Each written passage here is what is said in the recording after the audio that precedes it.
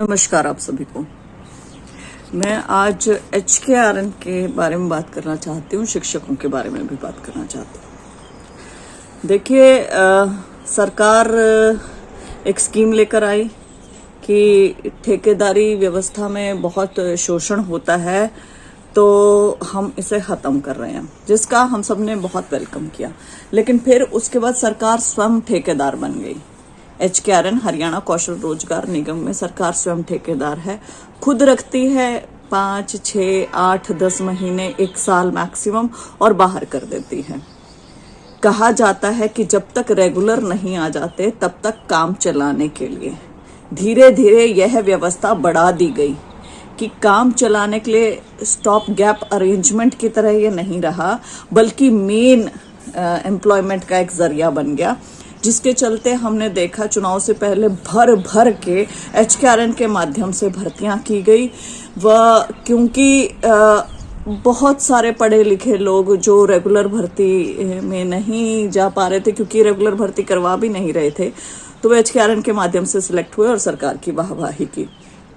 बड़ी common sense की बात है कि हाँ, वाहवाही करेंगे भी। और अब भर भर के इन्हें बाहर भी किया जा रहा है, चाहे वे प्राथमिक शिक्षक हों, TGT हों, अब आगे PGTs का भी नंबर आएगा, I am sure about it, या फिर वन विभाग के कर्मचारी हों या अन्य कच्चे कर्मचारी हों, उन्हें बहुत शॉर्ट नोटिस पे बाहर किया जा रहा है, बाहर का रास्ता दिखाया जा रहा है। और ये क्यों दिखाया जा रहा है? क्योंकि खुद ही तो साइन करके जाते हैं कि HKRN में जा रहे हैं, जब रेगुलर आ जाएंगे तब बाहर कर दिया जाएगा। हाँ, जब रेगुलर आ जाएंगे। अब आते हैं शिक्षकों के ऊपर।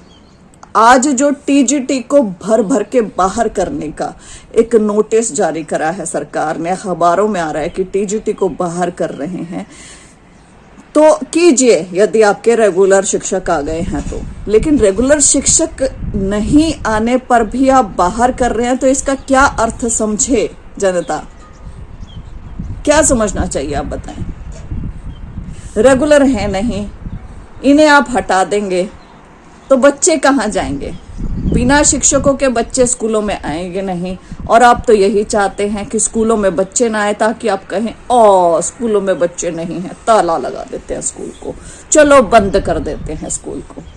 मैंने पहले भी कहा है, बहुत बार कहा है, और आज दोबारा से कह रही हूं कि यह सरकार शिक्षा का कल्चर खत्म कर रही है धीरे धीरे।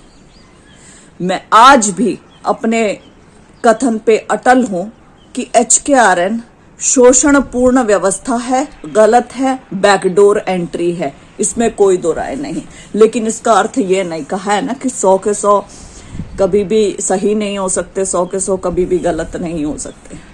हमें नहीं पता इसमें कौन चुने जाते हैं, लेकिन ये भी एक सच है कि जब आप रेगुलर भर्तियां ही नहीं कराएंगे, तो जो काबिल भी होगा, हार्ड वर्किंग भी होगा, इंटेलिजेंट भी होगा, योग्य होगा, वो भी तो इसमें अपनी किस्मत आजमाएगा। तो ऐसे बच्चे भी इसमें सिलेक्ट होते, कहाँ जाएं? रोजगार है नहीं। ये जो आपने HKRN के माध्यम से शोषणपूर्ण व्यवस्था शुरू की है, शोषणपूर्ण क्यों कह रही हो?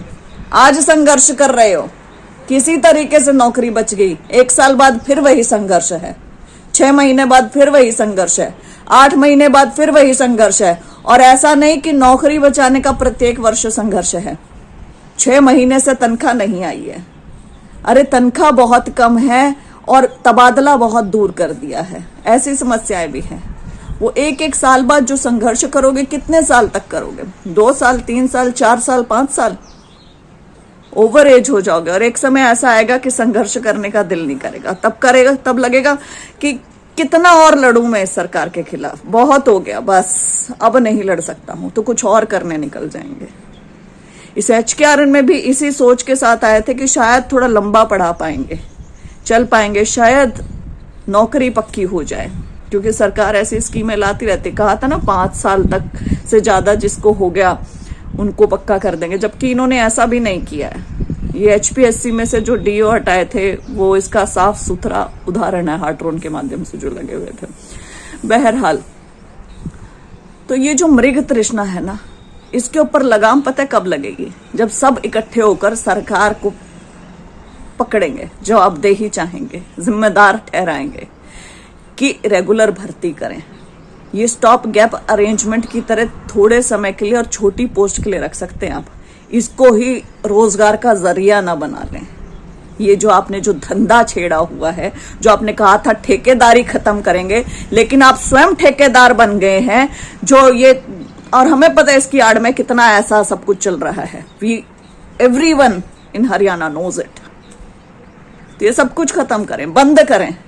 हमें सारी चीजें अपने प्रदेश में बहुत सारी बढ़िया, और घुटा हुआ ये मामला है और बहुत सारे इसमें इश्यूज आ रहे हैं, लेकिन मोटा मोटा इशू सिर्फ एक ही है, रेगुलर आते हैं तो हटाएं, नहीं आने पर भी हटा रहे हैं तो आपकी मंशा गलत है।